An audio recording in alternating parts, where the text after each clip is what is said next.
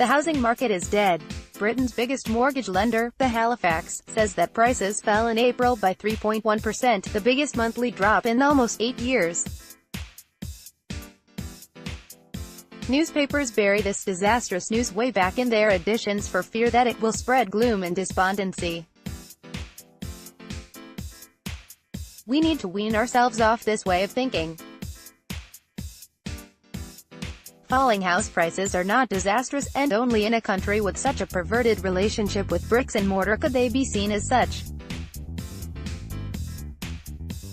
In Germany, they scratch their heads in bemusement when they hear Britons boast of how the value of their house has soared. The Germans are right. Rising house prices are a curse. They are bad for social mobility. They are bad for young people. And they are bad for the economy. The billions that are spent pushing up property prices could be more productively invested elsewhere. We should make the tax system less biased and start a mass public sector house building program. Imagine for a second that the next time you went to the train station, the rail operating company had unexpectedly cut fares by 5%. Or that when doing your weekly shop you discovered that the supermarket had slashed your normal bill by £10. Would you think this was an unwelcome development? Daft question. Of course you would be happy, because your money would go further. Conversely, you would be less than chuffed to find more of your pay being spent on getting to work or putting food on the table. That's why there are no headlines in the papers screaming, "Boom boom Britain, joy for commuters as rail fares rise by 10% for third year in a row," or "Good news for families as supermarkets add £10 a week to the average shop." The papers stand up for their readers when they think they are being gouged by train companies and supermarkets. They stick up for buyers rather than sellers.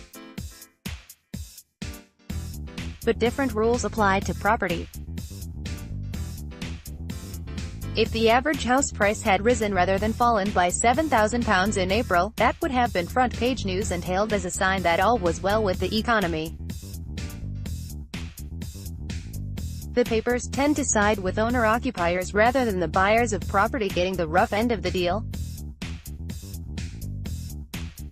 A large chunk of the population is highly resistant to policies that might drive down prices. Photographed Alamy. This fetishization of rising house prices is relatively recent. For the first 25 years after the Second World War, a combination of mass house building and strict controls on credit meant that the cost of property rose only modestly. But since 1970, financial deregulation, much lower levels of house building and a tax system heavily weighted in favor of owner-occupation have meant demand for housing in parts of the country has tended to outstrip supply. There have been 4 big house price booms: the early 1970s, the late 80s, the mid-0 and the mid-10s. None of them have ended well. The biggest and longest bust was in the early 90s, when people who had bought at the peak of the late 80s boom were clobbered by 15% interest rates and rising unemployment. Record levels of home repossession were the result. But since the market collapsed in 1995, housing has become more and more expensive. Owner-occupation rates have fallen from a peak of just under 70% to less than 64% in the past 15 years, as young people have found buying a home of their own unaffordable. Rents have risen, making it harder to save for a deposit. So bad is the intergenerational imbalance between the property haves and have-nots that the Resolution Foundation think tank wants each person in Britain to be given £10,000 when they turn 25. This would certainly help young people stump up the money for a deposit on a home, especially outside London and the southeast, where prices are a lot lower, but in the absence of an increase in housing supply it would be bound to drive up prices. One definition of inflation is that it results from too much money chasing too few goods, and that's a perfect description of what has happened over the past decade. thanks to the Bank of England and the Treasury, there has been plenty of cheap money knocking about.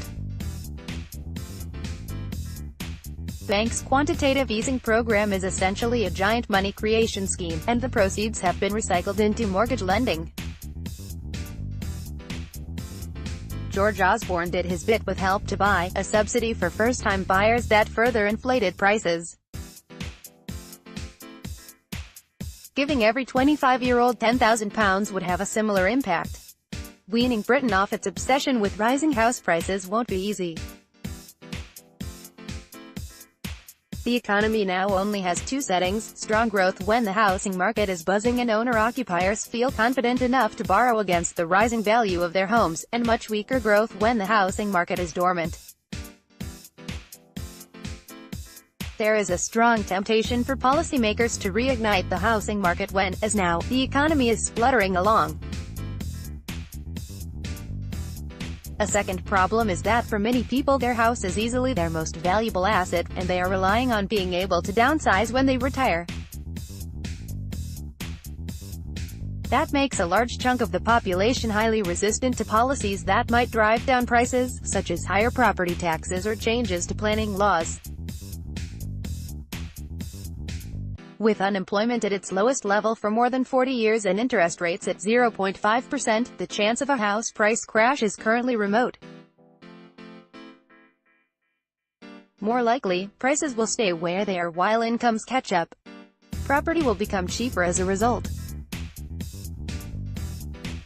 This breathing space should be exploited to make the tax system less biased in favor of owner-occupation and to start a mass public sector house building program. After repeated boom-bust cycles, it should be clear that an economic model that cannot function without repeated injections of property inflation is built on the shakiest of foundations. Larry Elliott is The Guardian's economics editor.